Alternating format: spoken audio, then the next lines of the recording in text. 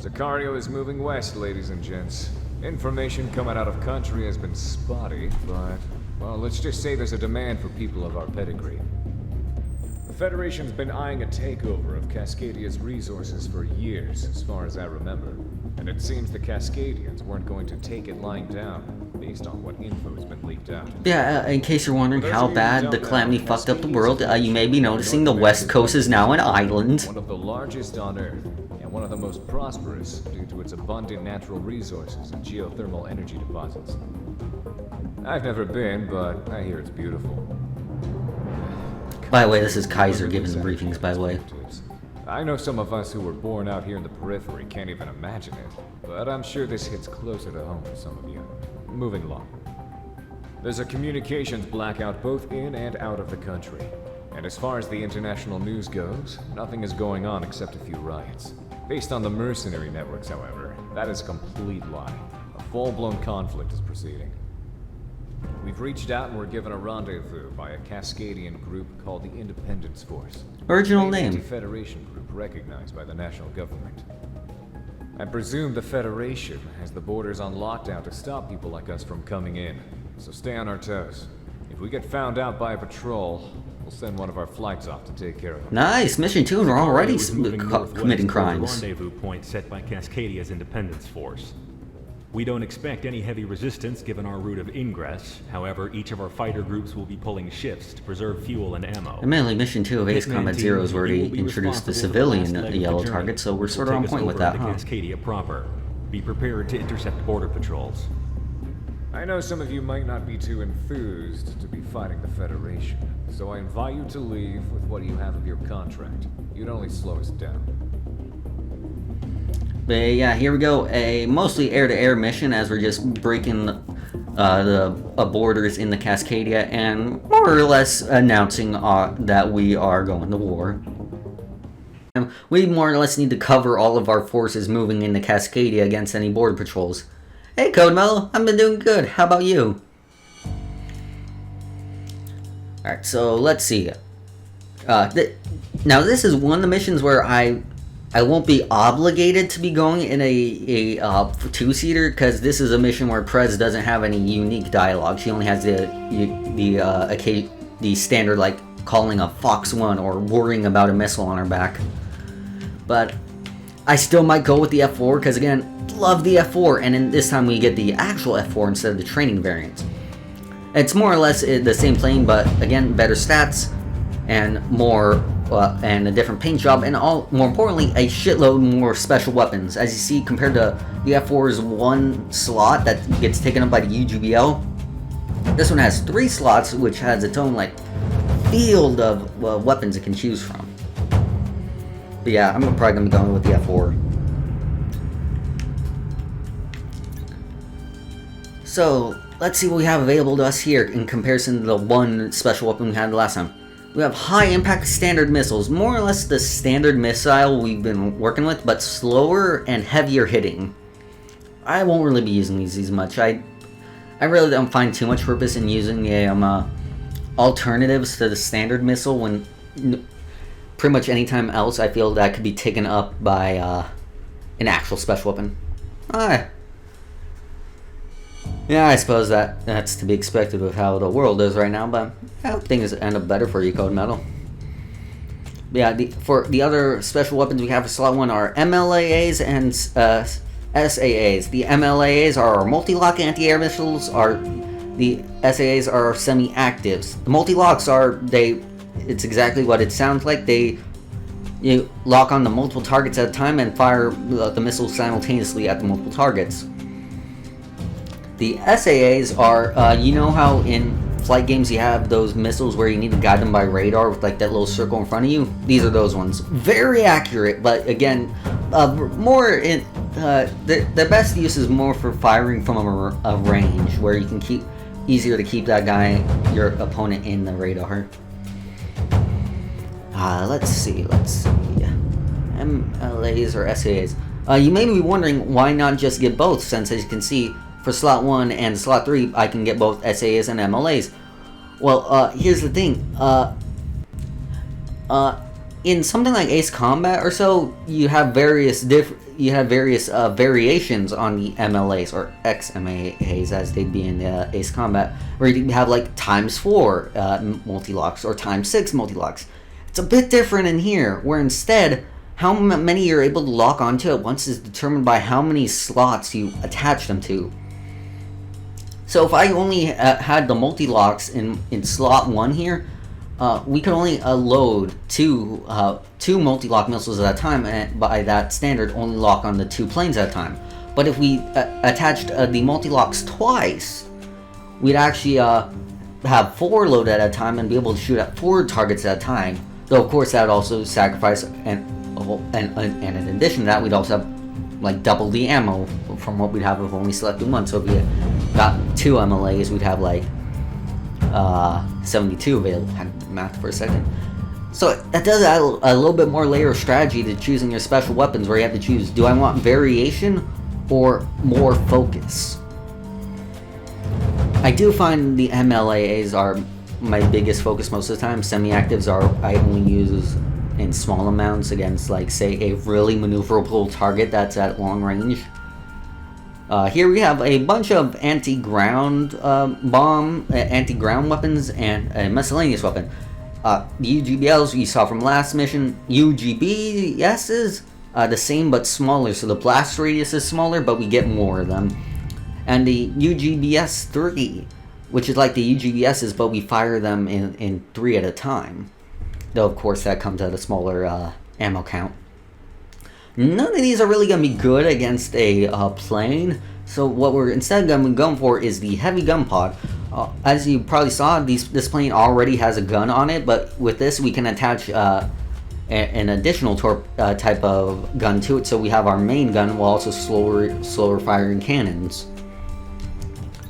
And as you can see, the guns in this game are pretty good. Like, they aren't Ace Combat 6 levels of completely fucking broken, but they're still pretty useful to have, and out of everything in that slot, they're the best that we're going to be using against anti-air targets. And now the decision of whether I double up on the MLAs or if I go with the semi-actives.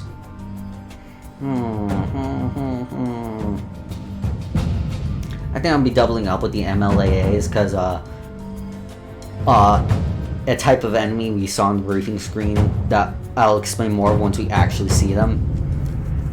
And again, this plane's only form of countermeasure is flares, which I don't think I actually used in the last mission, because I don't think anyone actually got a lock on me in the last mission. But yeah, there are 2 different types of countermeasures we have here. Flares and the AOA module, which we won't be getting to later with more maneuverable planes. I don't think any of the 2-seaters have it, which once you see what the AOA module does will make a lot of sense. But yeah, we'll just be launching with this.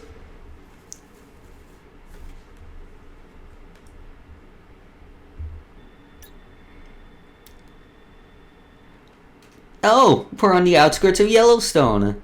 Yay! Have I mentioned I am extremely terrified of Yellowstone? It is one of my greatest fears in life. In fact, I'm considering the whole after calamity situation we're in, I'd say this game verifies my fears. Still though, this is a pretty background.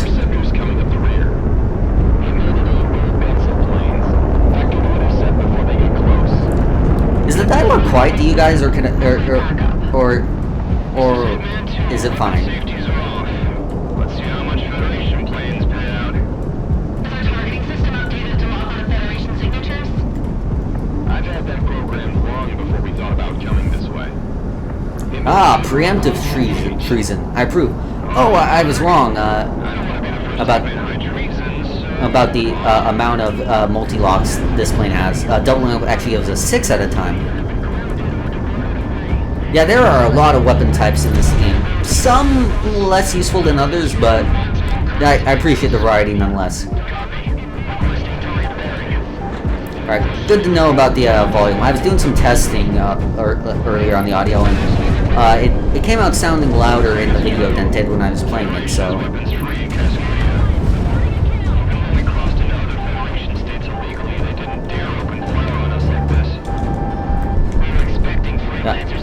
I saw there, I was able to use the flares to get that missile off me. You'll see over the D-pad in the lower right corner, you see that flare ready thing? We don't have a flare limit. Instead, we just get a recharge time. So it's really more about knowing when to use your flares instead of how many to use. And you also probably got caught a glimpse at the missile trackers there. Like that triangle, that's an approaching missile. Compared to Ace Combat where you just get the missile alert box, here we can actually see the direction they're coming from. If the triangle is yellow, that means they're coming from the front. If it's red, it's coming from the back. Yeah, it's really useful to know exactly what direction the missiles are coming from. Helps know if you're at a good angle to dodge them. Like, see, look at that. I knew those weren't really a danger to me. God damn it, I gotta kill more of my babies.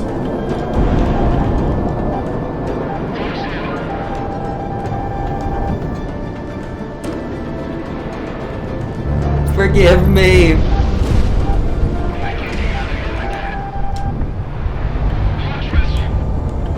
I'm a bit torn over the fact that Audrey isn't here right now because she is also a fan of this game like me. I'm sure she would also be laughing at me right now over the pain I'm going through over killing all these F-15s. Which admittedly I kind of have coming over how much I mock her over loving the F-14. Don't tell her I said it, but I think the F-14 is actually a cool plane. It just doesn't really suit my particular flying style. She'll probably hear this anyway, because I'm pretty sure she's going to be editing this. But don't tell her anyways.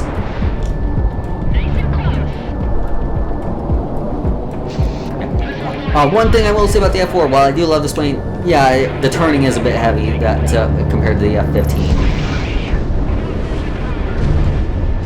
So you'll see me in a turning battle a lot of the times. And it doesn't really have the advantage that stuff like, well, the F-14 has, where if you're being outturned, you can instead speed away and then come at them from a distance. So instead, you just gotta sort of like work with the turning, gotta kind of fight against your own slowness.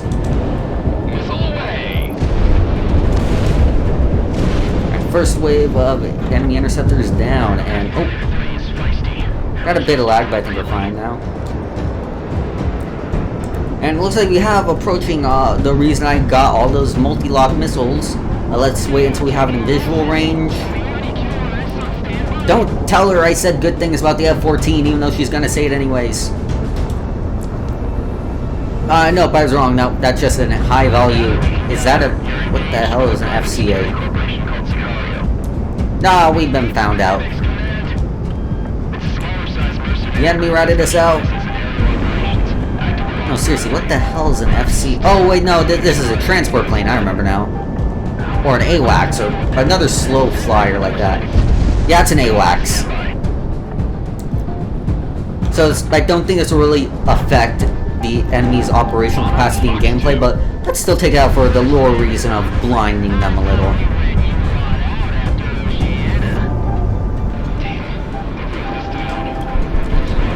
Wow, you backed off real quick from that taunting, didn't you, buddy? What was that about running us off? Painting targets. Line them up, Monarch. No, trust me, I am lining them up good.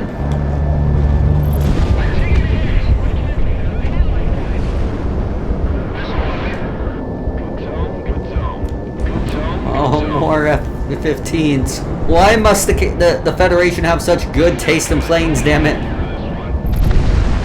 Which, by the way, I'd like to point out, I'm pretty sure the last mission we were technically hired by the Federation. We turned on them quick. That's the mercenary life, I guess. That's a living.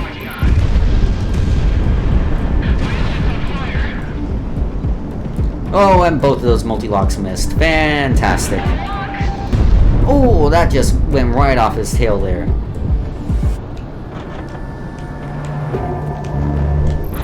Yeah, you can see what I mean about me using the guns a lot. In fact, I might as well switch to heavy gun pods right now if I'm using the guns.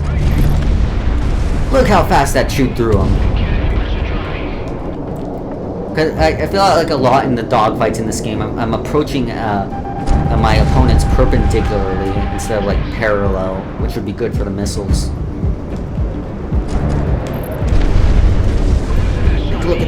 look at that. That was like 2 bursts and it was done.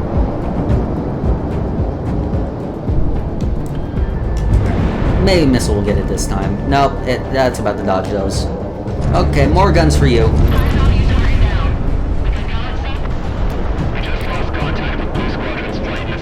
Oh, and there's the thing I was talking about, the reason why I brought the multi-locks for.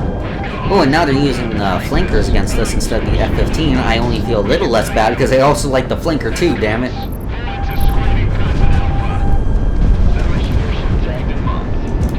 But you may be noticing that thing over there, that is an airship. And that's one of the small ones. Now, before we can take down the main body of this hulking beast, we gotta take down all of its hard points, all the different AA guns, missile launchers, and all that on it. Only then can we start taking down the body. And that's what good multi-locks are for. We can take down a bunch of its hard points at once. As you can see, its body can sometimes block the hard points, so gotta make sure you get a good angle. And also not crash into them. That is a problem a lot of people face with these things. Yeah, these things, they remind me of a lot of the escort craft the Guion from Ace Combat 6 had. I forget the exact name of those craft, but yeah, I feel like that was probably what they were most designed off of. Which is fine, because the Guion was always my favorite of the flying fortresses fought in Ace Combat. It always had the coolest design of all of them to me. Right, just keeping an eye on that thing so I don't crash into its flaming wreck. That'd be annoying. Yeah, it's also another thing I like about the setting in this game, that sort of tell how different this setting is now from our current reality, where massive, like, flying hulks like that are just an accepted thing in this setting, not even strange. I guess we're in it now. Hey, Mick, you got any idea what the Federation is doing in Cascadia? Why the hell do you think I know? Hey, we've got contact. To approaching unidentified aircraft. When the night comes, how do we return home? By midnight's light. You talking about Rogue Squadron? Oh yeah, I played the Rogue Squadron game, those are fun. Well, this is a bit more sim-like. As you can see, I gotta roll the craft and turn it instead of just point the control stick left and turn left. Though that is a control scheme. It is the lesser control scheme. These games are not meant to be played like that.